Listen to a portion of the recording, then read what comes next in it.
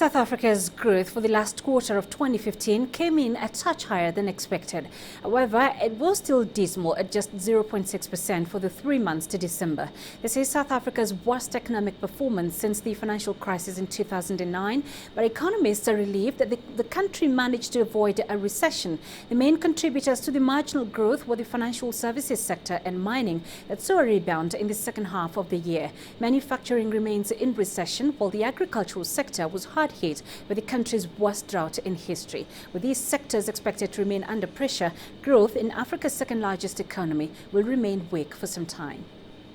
At this stage, there's no real discussion about a recovery in the economy. We're talking about stagnation with still, unfortunately, risk to the downside. The risk to the downside comes about because we're going to go into an era of higher inflation.